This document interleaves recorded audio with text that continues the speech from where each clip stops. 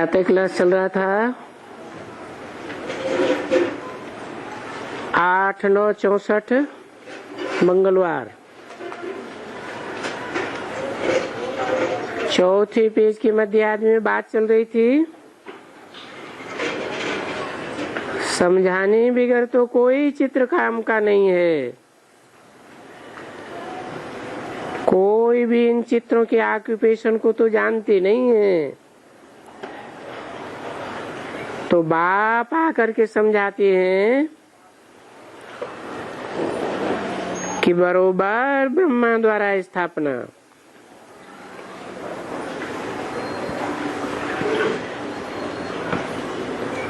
ये त्रिमूर्ति की जो इतनी महिमा यहाँ चली आ रही है, ब्रह्मा विष्णु शंकर, ये तीन देवताएं, तो जरूर उनका भी कोई ऑक्यूपेशन हो तो है ना।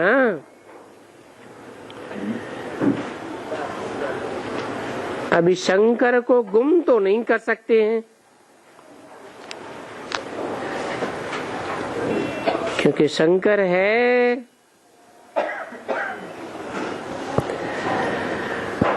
तो शंकर के लिए फिर ये कहा जाता है,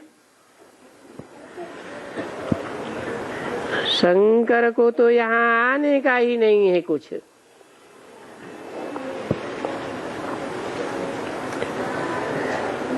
न कोई शंकर कोने में बैठ करके कोई पार्वती को कथा सुनाई है, ऐसी तो कोई बात ही नहीं है। अभी तुम अनुभवी हो, जानते हो कि शंकर वहां रहते हैं। कहा जाता है उनकी प्रेरणा से, गाया जाता है कि वो आंख खोलते हैं तो विनाश हो जाता है।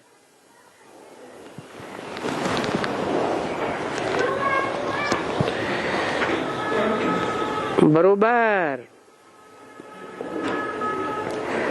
उनका इस समय में वो ही है कि वो कोई विनाश नहीं करते हैं,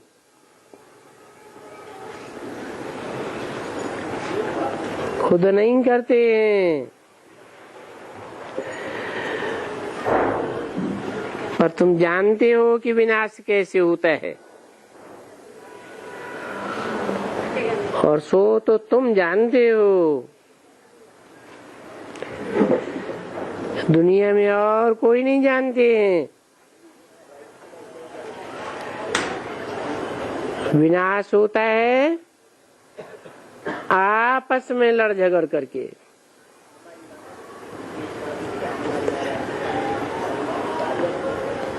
तो बाप ऐसे ही कहेंगे ना, मैं स्थापना विनाश और पालना कराता हूँ।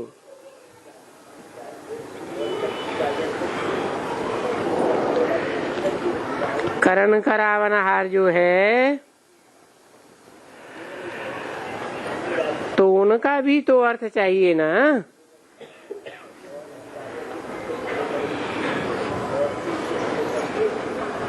कि करणहार किसके द्वारा और करावनहार किसके द्वारा।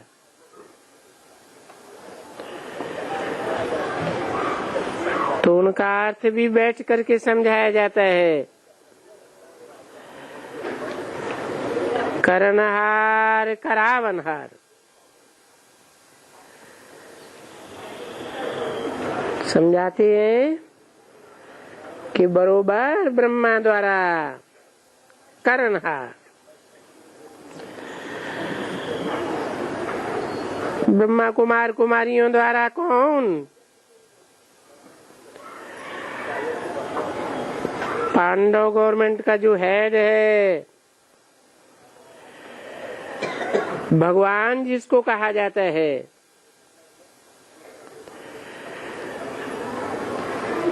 और भगवान कोई कृष्ण को नहीं कहा जाता है।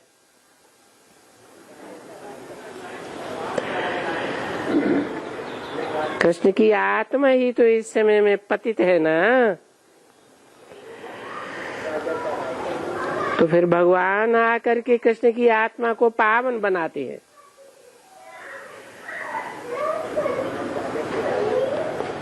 तो गोया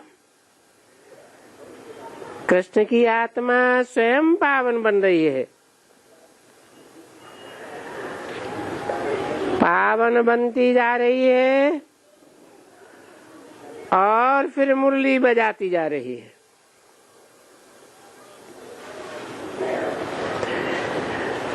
देखो ऐसे ही है ना,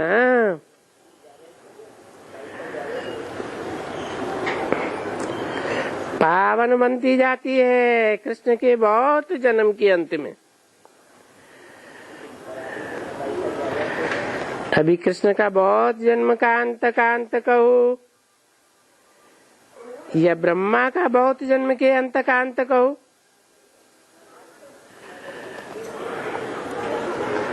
वो आदि और ये अंत है तो एक ही बात ना। तो आदि और अंत संगम हो गया, तो ये समझने की बातें होती है ना। अब ये तुम बच्चों को बड़ी बड़ी सभा में शंकुध्वनि करके गजगोर करके अच्छी तरह से समझाना है कि भाई ये भारत आज से 5000 वर्ष पहले जब सूर्यवंशियों का आदि सनातन देवी देवता धर्म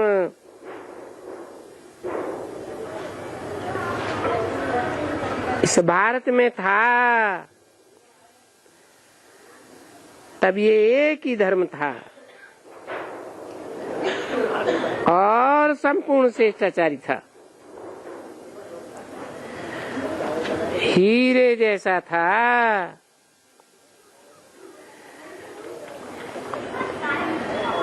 क्योंकि जब श्रेष्ठ थे यानी पवित्र थे तो हीरे जैसा।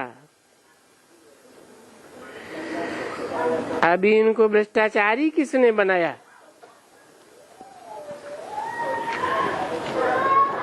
कब से शुरू हुआ भ्रष्टाचार?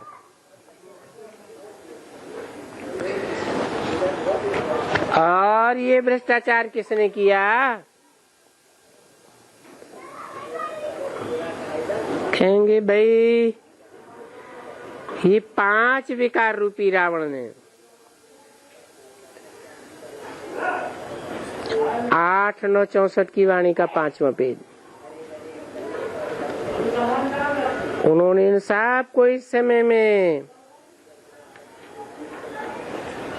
क्योंकि इसी ने बनाना शुरू कर दिया ना।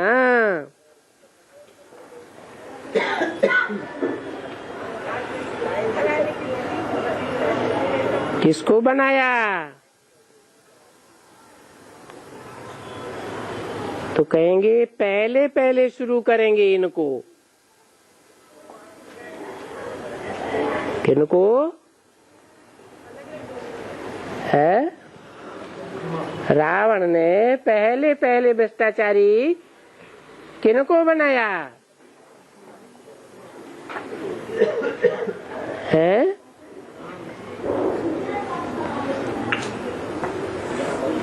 मुसलमान लोग भी सुनाते हैं कथाओं में कि आदम और हव्वा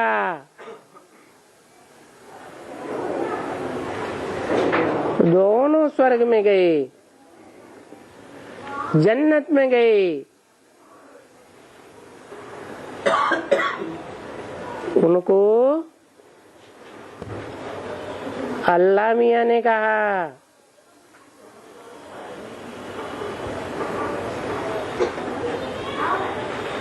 बाड़ी के बीच का फल नहीं खाना।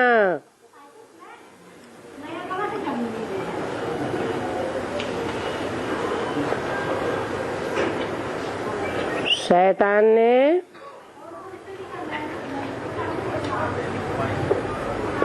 पहले ही को भड़काया।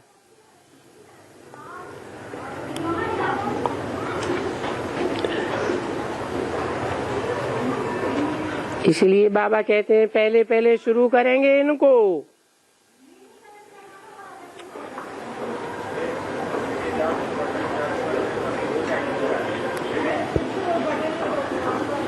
भड़काना या शुभ प्रभाव में लेना किसको कहा जाता है?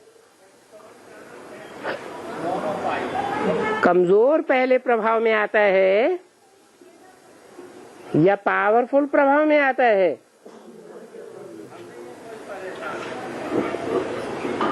तो आदम और हव्वा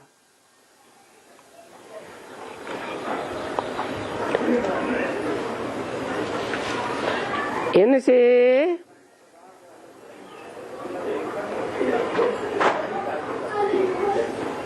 शुरुआत होती है।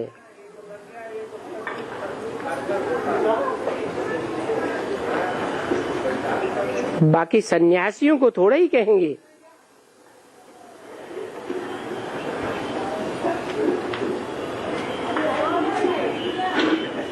पहले पहले भ्रष्टाचारी बनना शुरू होते हैं ये।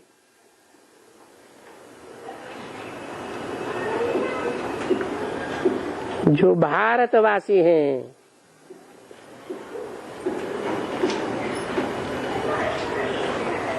तो कौन हुआ भारत और कौन हुए भारतवासी पहले पहले है?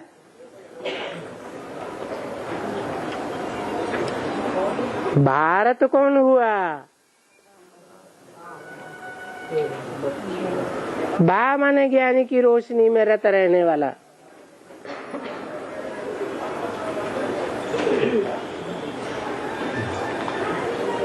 और उसके दिल और दिमाग में वास करने वाला।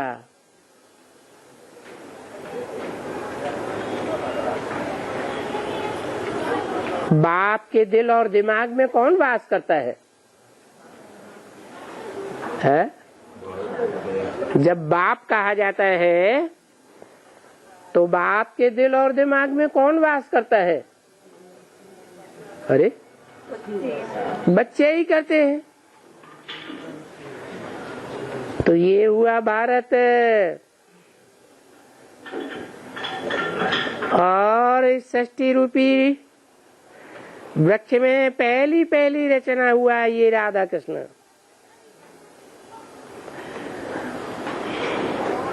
पीछे आते हैं दूसरे धर्म वाले।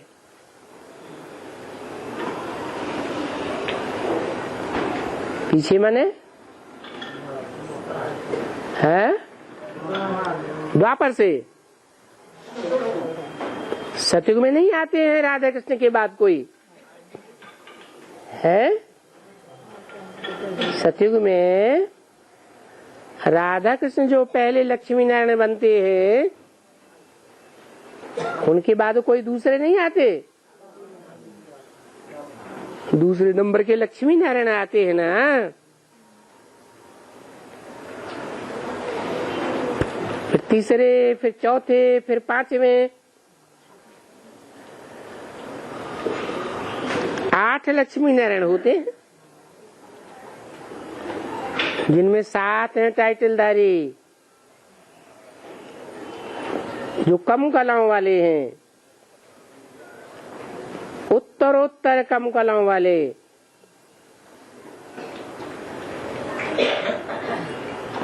जिनमें द्वापर से आने वाले धर्म पिताएं प्रवेश करते हैं नंबरवार।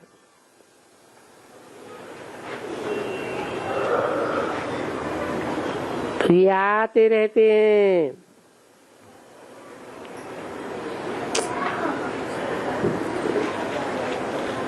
और वो सन्यासी इनको थोड़ा थोड़ा थमाते हैं।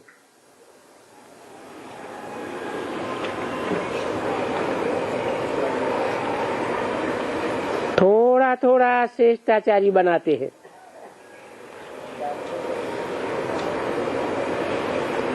सन्यासी न होते तो फिर ये भारत बहुत भ्रष्टाचारी बन जाता। सन्यासी थमाने के लिए आते हैं तो सन्यासियों की भी तो महिमा है ना। तो जैसे महिमा है देवी देवताओं की, वैसे सन्यासी हैं उनकी भी महिमा है।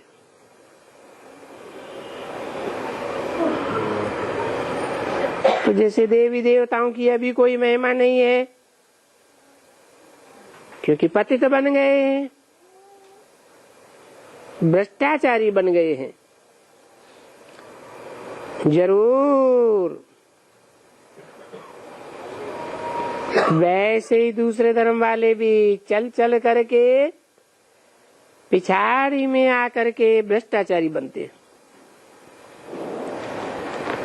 जबकि पहले धर्म वाले ही भ्रष्टाचारी जो अपन को गाते हैं, कहते हैं कि बरोबर भ्रष्टाचार हो गया, उनको मालूम ही नहीं है कि कोई 5000 वर्ष के पहले यहाँ शिष्टाचार था।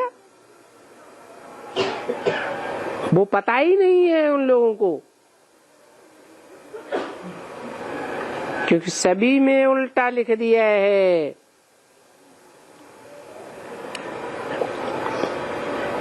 तो ऐसे सभी जो भी पहले पहले धर्म आते हैं वो पहले पहले शिष्टाचारी, पिछाड़ी में वो भी भ्रष्टाचारी बन जाते हैं। तो उनको भी ये मानना चाहिए। तब जबकि तुम समझाएंगे कि बरोबर पहले पहले देवताएं शिष्टाचारी थे। पहले पहले जो धर्म होते हैं वो शिष्टाचारी होते हैं, पीछे वो सतो प्रधान से सतो रजो तमो जरूर आना होता है। ऐसे ही सन्यासियों को भी आना ही पड़ता है, इसलिए अभी वो भी भ्रष्टाचारी है। तो जबकि सभी भ्रष्टाचारी हो गए हैं, क्योंकि अभी तो सभी पतित हो गए हैं, तभी तो सब पतित पावन को याद करते हैं ना।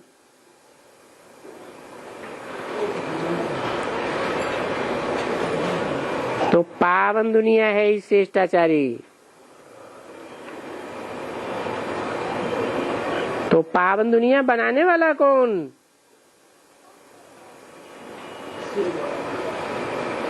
वो तो कहते हैं पतित पावन हमारे परमपिता परमात्मा ही है। अभी उनको ये तो पता नहीं है कि कौन है। वो तो लिख देते हैं सीताराम,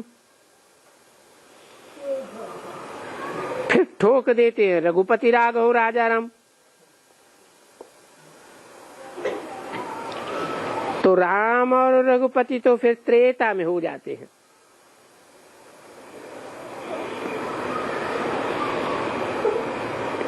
उनको भी त्रेता में तो ले आते हैं।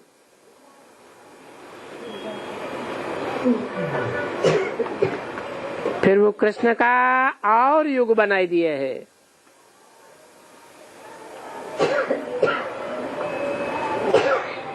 कौन सा है? द्वापर बनाई दिया है। नहीं तो राधे कृष्ण और लक्ष्मी नारायण का युग पहला पहला है।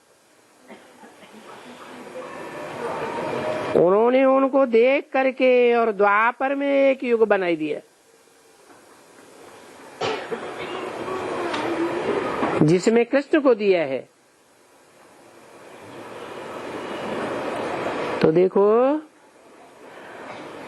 अंधाधुंध भ्रष्टाचारी बन गए ना,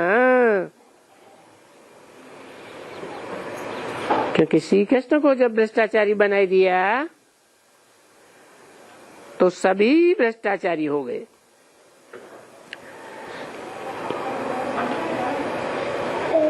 श्री कृष्ण जो 16 कला संपूर्ण था सतयुग में, वो ही भ्रष्टाचारी।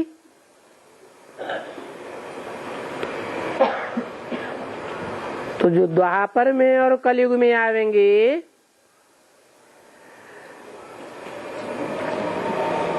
वो भी तो भ्रष्टाचारी बन जाते हैं ना। तो तुम बच्चों को बहुत अच्छी तरह से सर्विस में लग जाना है, थक नहीं जाना है। तुम लोगों को अभी श्रेष्ठ बनना है और औरों को श्रेष्ठ बनाए, क्योंकि थक जाएंगे तो फिर भ्रष्ट के भ्रष्ट ही बन जाएंगे। और तुम जानते हो कि जो ये धंधा करते, भ्रष्टाचारियों को श्रेष्ठाचारी बनाते, अगर खुद भी भ्रष्टाचारी बन जाते हैं तो वो दुर्गति को पाते हैं। और तुम जानते हो कि बरोबर थक जाते हैं। जो कहते हैं ना, ये रात की राही, ये स्वर्ग की राही, थक मत जाना। अभी तुम जानते हो कि बरोबर कितने थक जाते हैं। आश्चर्यवत फिर जो चलते चलते थक जाते हैं, तो फिर थक जाने से क्या होता है? थक जाने से जिस रास्ते से गए फिर उस रास्ते पर वापस आ जाते। देखो, अभी यात्रा पर मनुष्य झुंड के झुंड जाते हैं ना। अभी देखो बहुत गए और वहां बहुत बरसात आकर के पड़ी जोर से।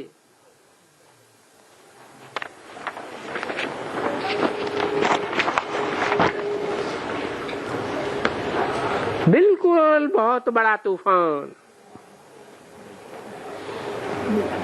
बरसात कोई सहन न करे, कोई कोई सहन कर लेते, तो फिर बहुत ही लौट करके आ जाते हैं।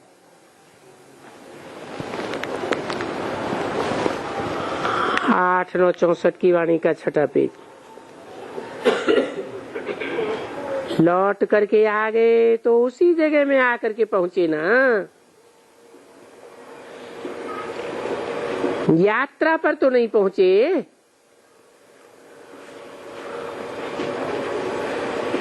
जाते थे पावन जगह में, फिर लौट करके उसी पतित जगह में पहुंच गए। तो यहाँ भी क्या होगा?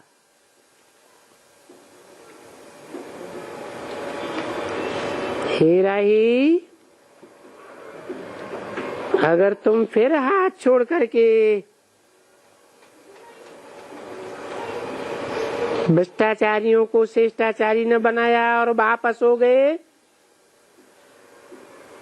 तो फिर वही भ्रष्टाचारी बन जाएंगे। क्योंकि तुम लौट करके आ गए ना, कायर बन करके आ गए ना कि मैं अब नहीं चल सकूंगा।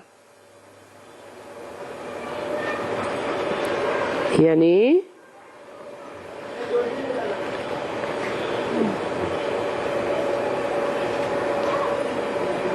मिसाल तो ऐसे होते हैं ना, मैं स्वर्ग तरफ नहीं चल सकता,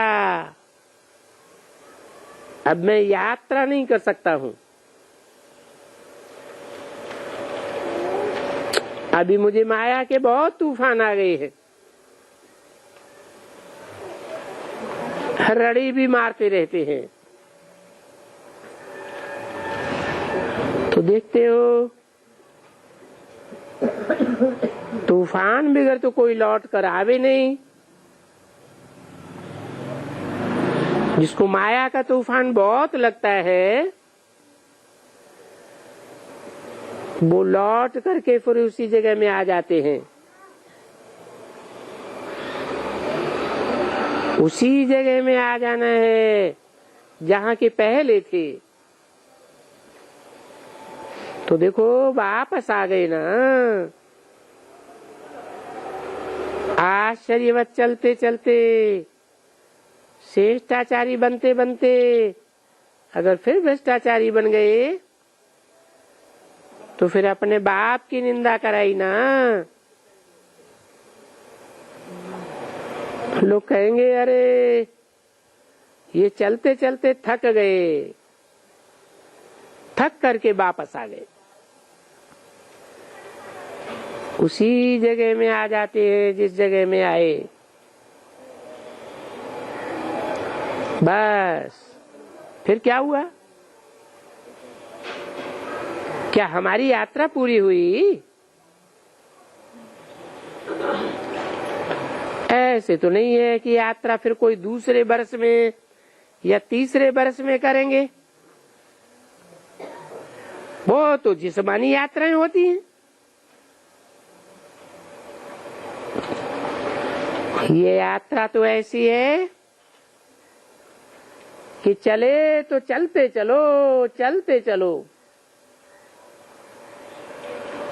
फिर दोबारा ये यात्रा नहीं आने वाली। एक ही बार बाप आकर के ये यात्रा कराते हैं। अगर मुंह फेर दिया तो फिर भ्रष्टाचारी बन जाते हैं।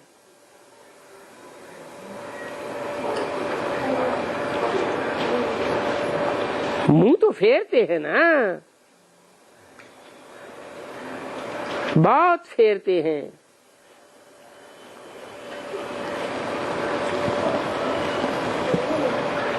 यहाँ शूटिंग में फेरते हैं। फिर द्वापर कलयुग में क्या होता है?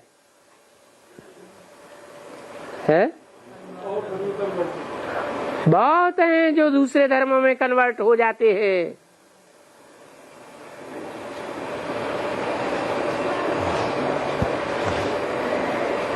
इंद्रियों से भ्रष्ट आचरण करने वाले धर्मों की तरफ आकर्षित हो जाते हैं।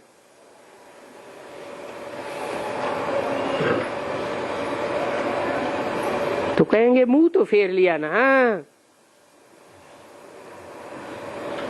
कल चित्र में भी तो बताया ना कि राम की तरफ से मुंह फेर दिया, परमपिता परमात्मा की तरफ से मुंह फेर दिया और वापस आकर के बैठ गया। वो श्रेष्ठाचारी धंधा छोड़ दिया तो फिर भ्रष्टाचारी बन जाते हैं। देखो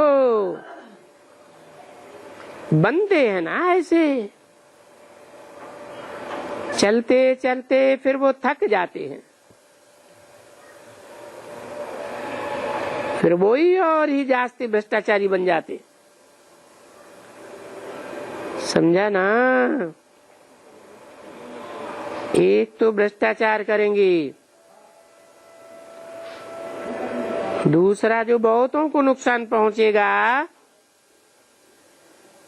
क्योंकि जो श्रेष्ठाचारी बनते हैं वो बहुतों को श्रेष्ठ बनाते हैं और फायदा भी पहुंचाते हैं।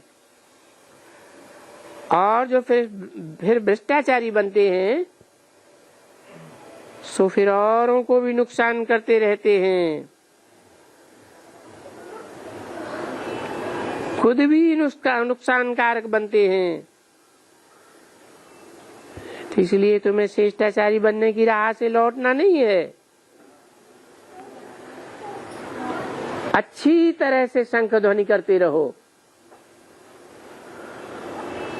गवर्नमेंट को भी शंख ध्वनि करो, डरो मत, कायर मत बनो।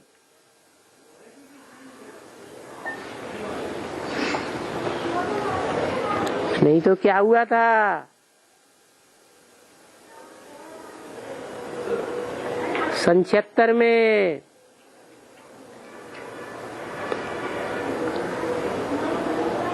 जब इंदिरा गवर्नमेंट गिरी थी,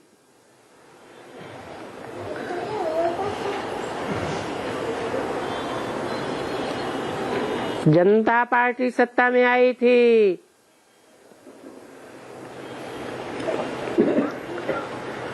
उस समय क्या हुआ था? हैं? ऐसे जो सीढ़ी का चित्र है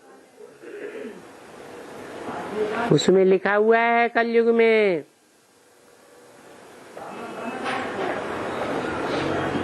भ्रष्टाचारी कांग्रेसी और भ्रष्टाचारी साधु संत महात्माओं का संप्रदाय। चित्र लगा हुआ है ना? फटाफट जो कायर थे उन्होंने चित्रों पर चिपका चिपकाई दिया।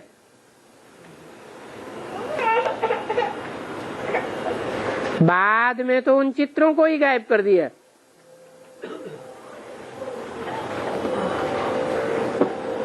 तो बाप कहते हैं डरो मत, कायर मत बनो, बड़े बड़े भाषण करो।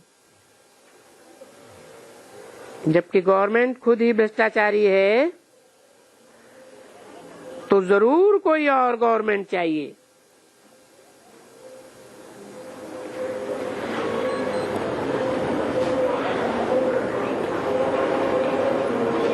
कैसी गवर्नमेंट चाहिए है? अरे भ्रष्टाचारी गवर्नमेंट को खलास करने के लिए कौन सी गवर्नमेंट चाहिए? शिष्टाचारी गवर्नमेंट चाहिए। तो बरोबर भ्रष्टाचारियों के ऊपर फिर पांडव गवर्नमेंट, जिन्होंने शिष्टाचारी गवर्नमेंट बनाई है,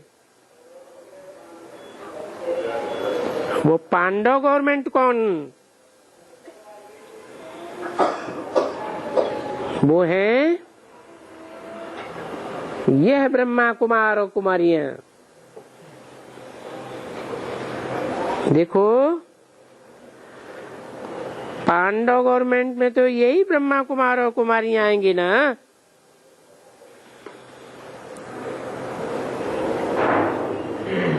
यही आएंगे या वो आएंगे?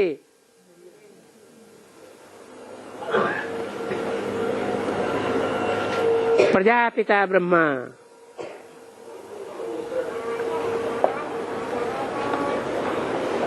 उनकी बच्ची हो गई ब्रह्मा कुमारी और ब्रह्मा कुमार। बताओ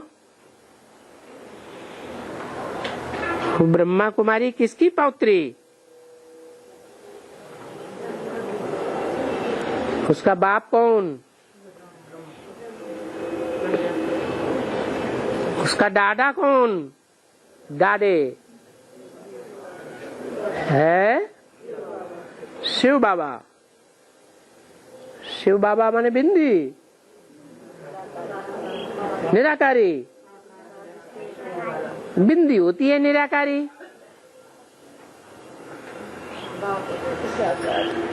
वो निराकारी बिंदी जरूर कोई साकार में प्रवेश करती है। जिस पहले पहले में प्रवेश करती है वो है प्रजापिता। उसका बच्चा हुआ ब्रह्मा।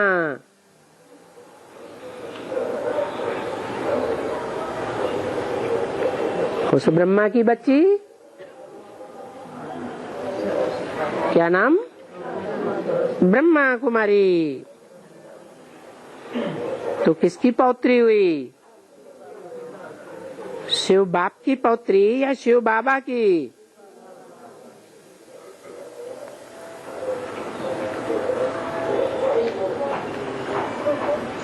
तो सर्वशक्तिवान हो गया ना। कौन है?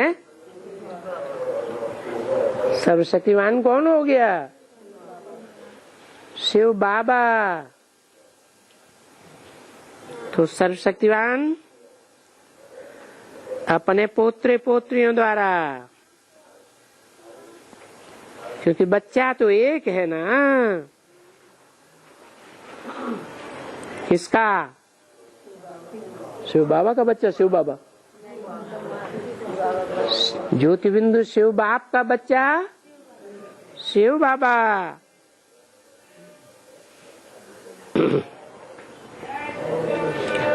प्रजापिता ब्रह्मा।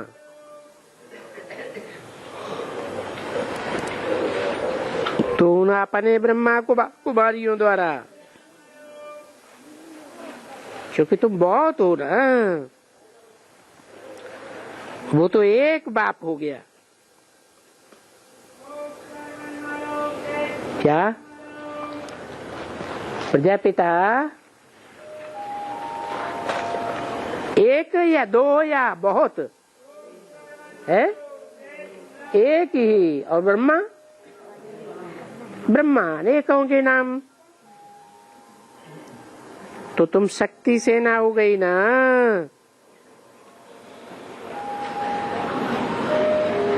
तुम जानते भी हो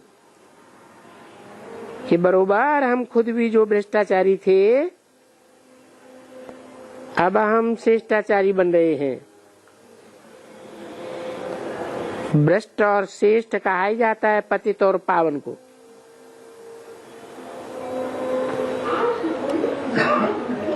जब पतित पावन कहा जाता है तो इसका क्या मतलब हुआ है? अरे पतित कौन, पावन कौन है? पतित प्रजापिता और पावन शिव बाप। जो प्रजापिता में प्रवेश करके शिव बाबा बनता है, तो बरोबर हम पतित से पावन बन रहे हैं।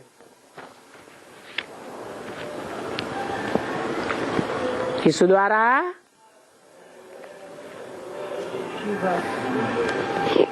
उस पतित पावन द्वारा, इसके द्वारा नहीं। इसके द्वारा? ब्रह्मा के द्वारा नहीं, उस पतित पावन के द्वारा। उसे कह के दूर क्यों कर दिया है? 64 की वाणी है, 76 की तरफ इशारा किया। जो बाप का प्रत्यक्षता वर्ष मनाया गया, उससे पहले बाप अप्रत्यक्ष था। आंखों से नहीं देखा जा सकता था। 76 के बाद इस सृष्टि पर प्रत्यक्ष हुआ या नहीं हुआ? प्रत्यक्ष हुआ। तो बाप का प्रत्यक्षता वर्ष मनाया गया।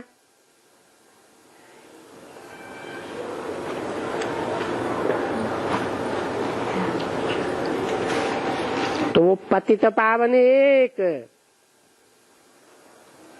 और पावन बनने वाली तो बहुत बच्चियां होंगी ना।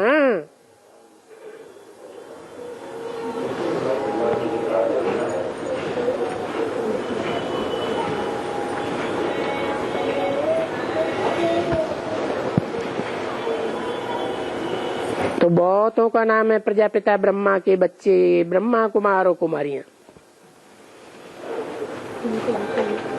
उनका धंधा ही है। तो तुम बचाएंगे ना। हम जो ब्रह्मा कुमार कुमारियां हैं, जो शिव बाबा के पोत्रे और पौत्रियां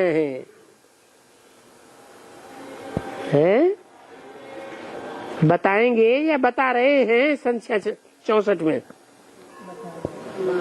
कब बताएंगे? 76 के बाद बताएंगे ना। हम जो ब्रह्मा कुमार कुमारियां हैं, जो शिव बाबा के पोत्र और पौत्रिय हैं। कौन है शिव बाबा? कौन पोत्रे पोत्रियां? तो शिव बाबा का पुत्र कौन है? शिव बाबा का पुत्र ब्रह्मा, और ब्रह्मा के पुत्र हम ब्रह्मा कुमार कुमारियां। तो सभी हैं, परंतु वो जानते नहीं है।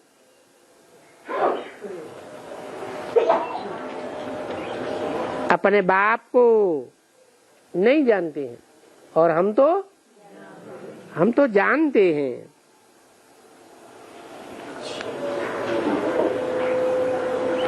8-9-64 की वाणी का 7वां पेज,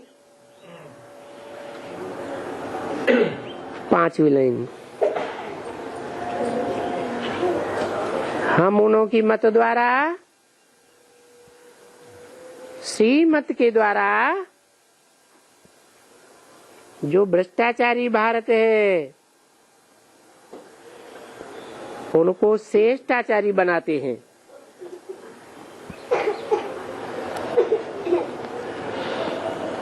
तो श्रीमत से श्रेष्ठाचारी उन बगैर कोई कभी बन सकते हैं? कोई नहीं बन सकते। और बस वही श्रीमत, और उनको गाया भी जाता है।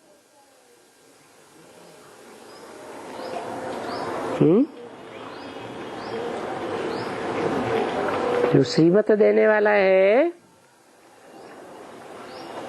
उनका टाइटल क्या गाया जाता है?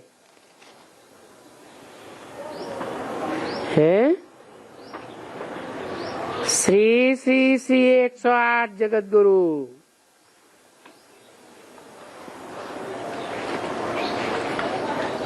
ये रुद्रमाला भी उनके नाम पर है ना, इनके नाम पर नहीं है। और ये रुद्र यज्ञ भी है, किसके नाम पर रचा जाता है? उसी रुद्र के नाम पर रचा जाता है जिसने आदि में भी रौद्र रूप धारण किया और अंत में भी रौद्र रूप धारण करेगा।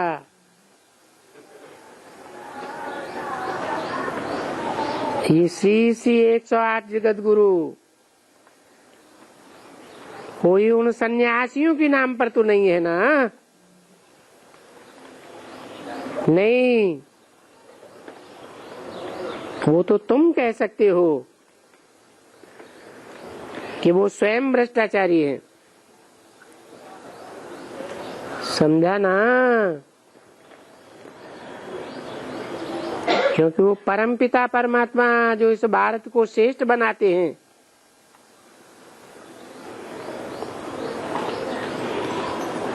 वो उनसे बेमुख करके अपन को कह देते हैं हम जगत गुरु। अपना टाइटल रखा लेते हैं क्या? श्री श्री 108 श्री सच्चिदानंद जी महाराज वगैरह वगैरह।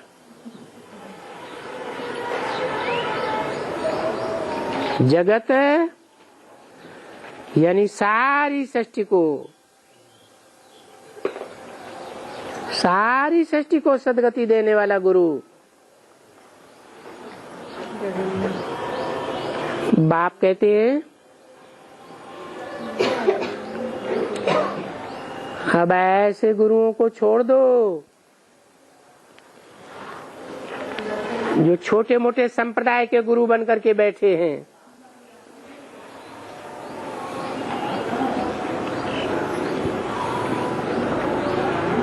जैसी गवर्नमेंट भ्रष्टाचारी, वैसे उनके गुरु भी भ्रष्टाचारी हो गए।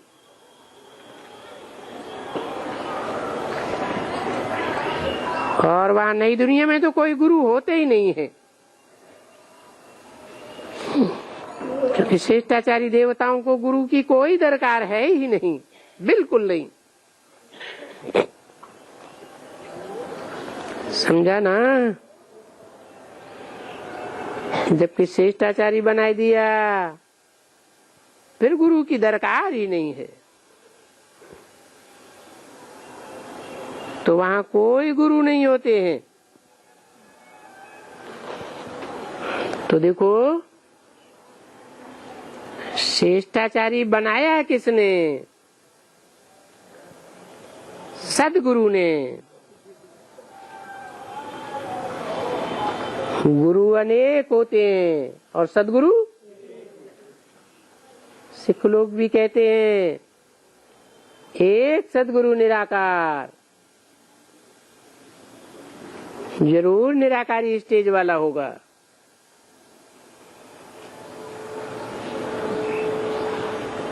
तो देखो, श्रेष्ठाचारी सदगुरु ने बनाया,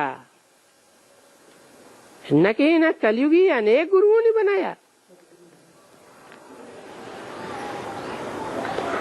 ये सभी प्रकार के भाषण के लिए एक तो धारणा चाहिए। अब ये तो सब बच्चे जानते हो कि हाँ, इसमें बहुत हैं जो कुछ भी नहीं धारण कर सकते हैं, न धारण कर सकते हैं, न दूसरों को कुछ भी समझा सकते हैं।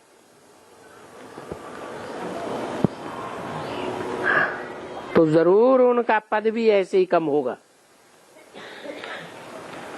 सर्विस कम तो पद भी कम।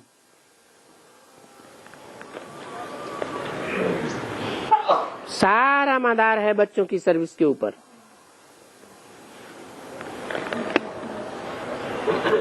तो जो अच्छी तरह से शंख ध्वनि करेंगे और बहुत शंख चाहिए। कौन से शंख है? ये मुख क्या है? ये मुख भी शंख है।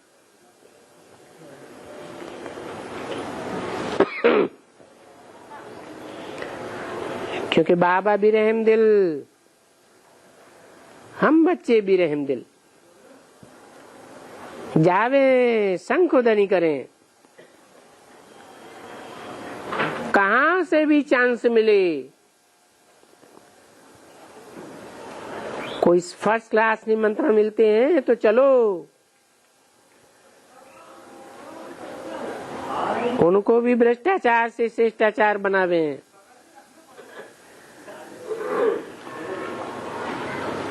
तो पहले तो ये माताओं का काम है ना, है? माताओं का काम क्यों है?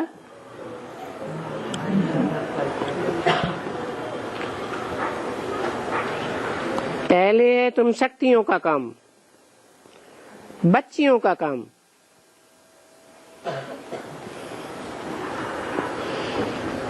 सन and daughter sows father and mother. यहाँ तो मदर एंड फादर है। तो मदर एंड फादर तो बाप को ही कहेंगे ना।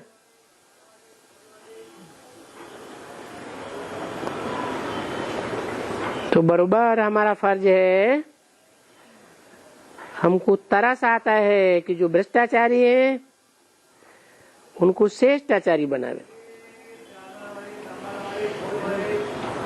जब मुरली सुनते हो ना, तो तुम लोगों को शौक आता है कि हम ऐसे जाकर के और ऐसे मुरली बजावे। परंतु जिनको मुरली बजाने का शौक ही नहीं होता है, तो बस सुना और ठंडा, नहीं तो गर्म होना चाहिए ना।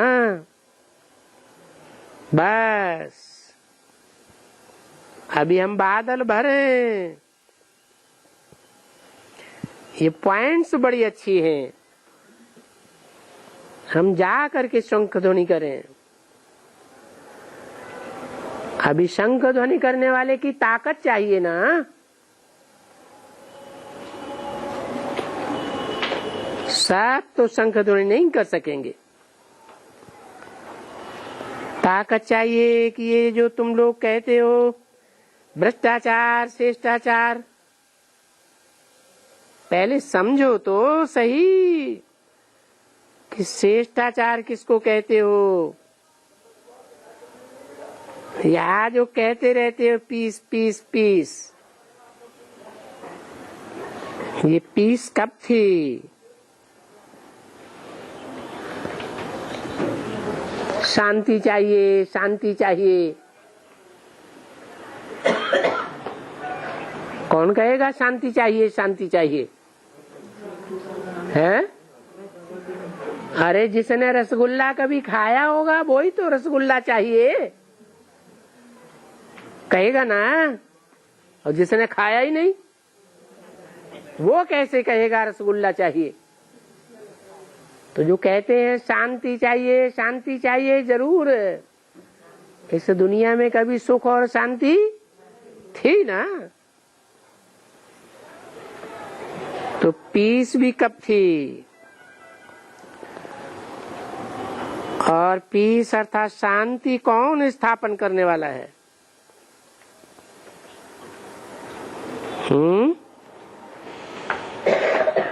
कोई मनुष्य थोड़े ही पीस स्थापन कर सकते हैं। नहीं तो भला बतावे पीस कब थी? किस पीस को तुम चाहते हो? ये कलयुग में अनेक भ्रष्टाचारी धर्म हैं, वहां पीस कैसे होगी? तो बरोबर पीस थी,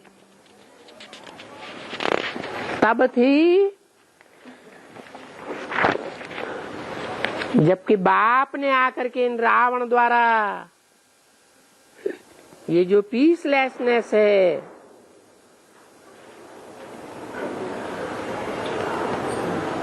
उसका विनाश किया था।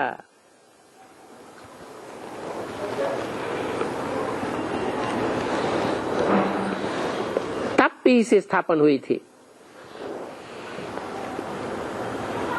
8/9/64 की वाणी का 8वां पेज। ये सभी रावण संप्रदाय को तो विनाश होना चाहिए।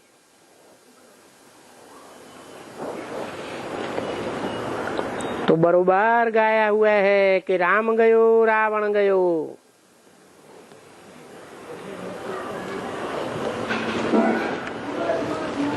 कब गयो?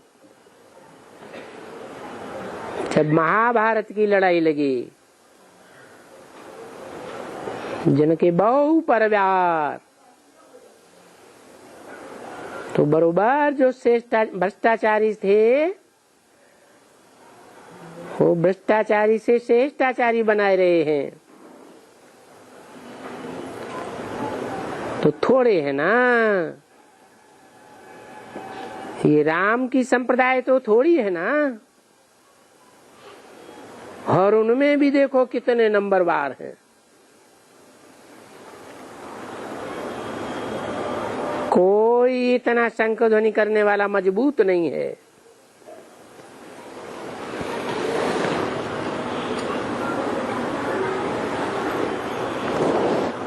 बेचारे फंसे हुए हैं खाहे में है।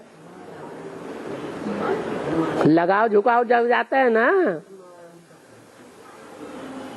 तो जिसमें लगाव झुकाव लग जाता है, कोई किसके मोह में, कोई किसके मोह में, और कहने मात्र तो बस कहते हैं हाँ बाबा आप तो हमारे पतियों का भी पति हैं, परंतु पतियों के पति को याद करती है खींच खींच के आधा घंटा, पाव घंटा। बाकी सारा दिन याद करती हैं उन पतियों को। किन पतियों को? जिनमें मोह लग जाता है, बार बार खिंच के उन्हीं तरफ चली जाती हैं।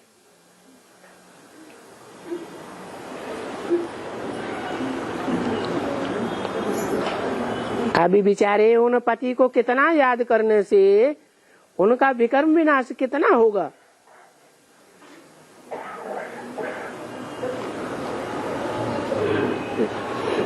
जिनको जो रात दिन अपने पतियों को, मित्र संबंधियों को याद करती होंगी, याद करती हैं बहुत। क्यों याद करती है? अरे कोई कारण है? संगात संजायते कामा है। संग करने से कामना उत्पन्न होती है। तो बहुत याद करती हैं क्योंकि उनके साथ संग रहती है।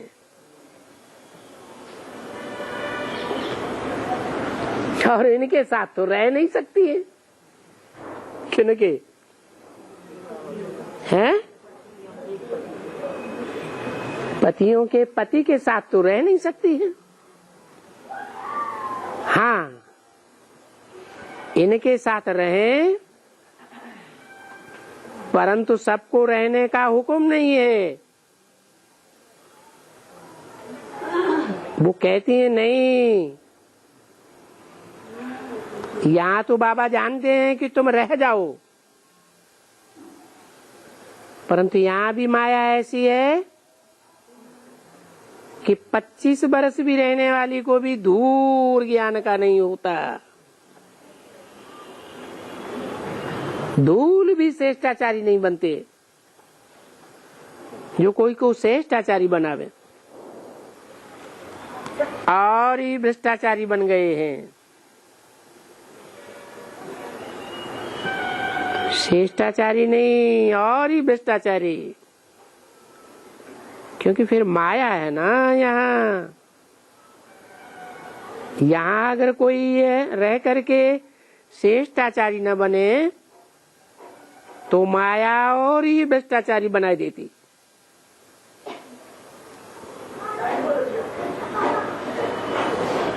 क्या माया ऐसे क्यों करती है? यहाँ रह करके, बाप के पास रह करके कोई श्रेष्ठाचारी न बने तो माया उनको और ही भ्रष्टाचारी क्यों बनाई देती है? क्योंकि माया को बाप का डायरेक्शन मिला हुआ है। क्या? कि जो श्रीमत पर नहीं चलते हैं, ये माया उनको तुम खूब फटकाओ। देखो कैसे नाक से पकड़ती है। और फिर भी देखो संग दोष। भ्रष्टाचारी से किसका श्रेष्ठाचारी का संग न हो। गायन है संग तारे कुसंग बोरे, बड़ा ही रंग लग जाता है।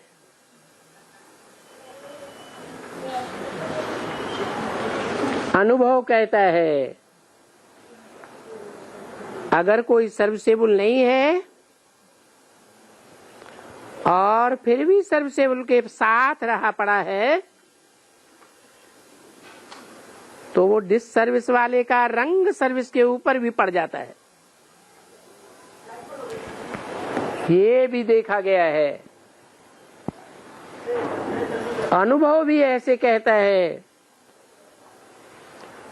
कि बरोबर संग तारे कुसंग बोले। अभी यहाँ तो तुम्हारे पास संग भी अच्छे बच्चों का है। कहाँ है? मधुबन में जो है उनका संग भी अच्छे बच्चों का है, अच्छों का है, फिर कुसंग का भी है जी। क्या बात माना?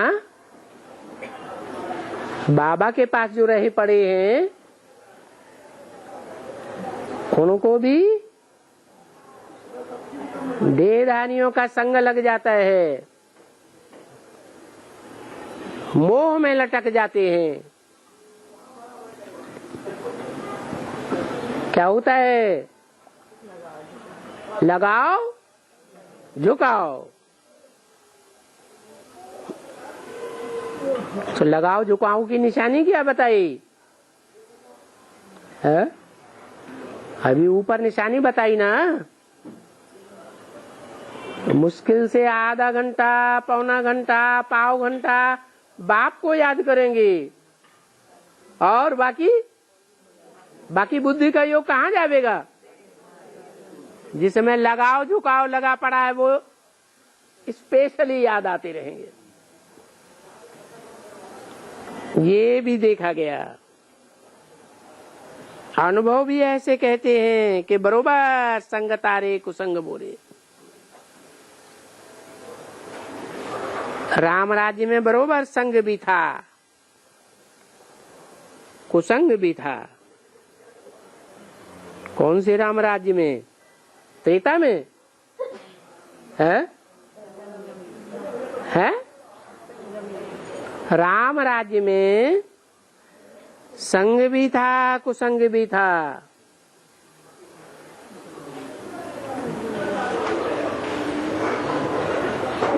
जो इसलिए फिर देखो वो ग्रहचारी लग जाती है, तो संग भी बड़ा खराब है। इसमें बड़ी खबरदारी करना चाहिए। माया ऐसी है जो पता भी नहीं पड़ता किसको कि बरोबर हमको कोई माया काट रही है। इसको भी पता न पड़े, ऐसी बहुत चतुर माया है। जैसे चूहा चतुर होता है ना, क्या करता है? ठंडी ठंडी फूंक मारता है। घर धनी है ना, तो इस समय में घर धनी रावण है।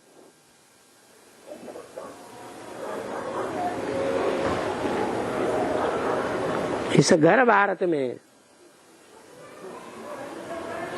कैसे? ये भारत जो घर है,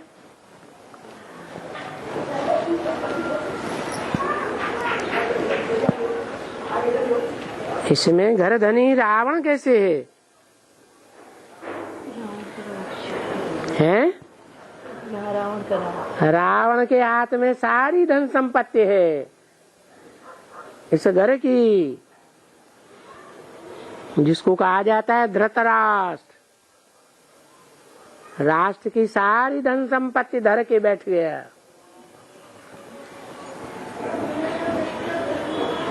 अरे वो रावण ऐसा उस्ताद है, पता भी किसको न पड़े, बिल्कुल ही नहीं, एकदम ठंडा कर देता।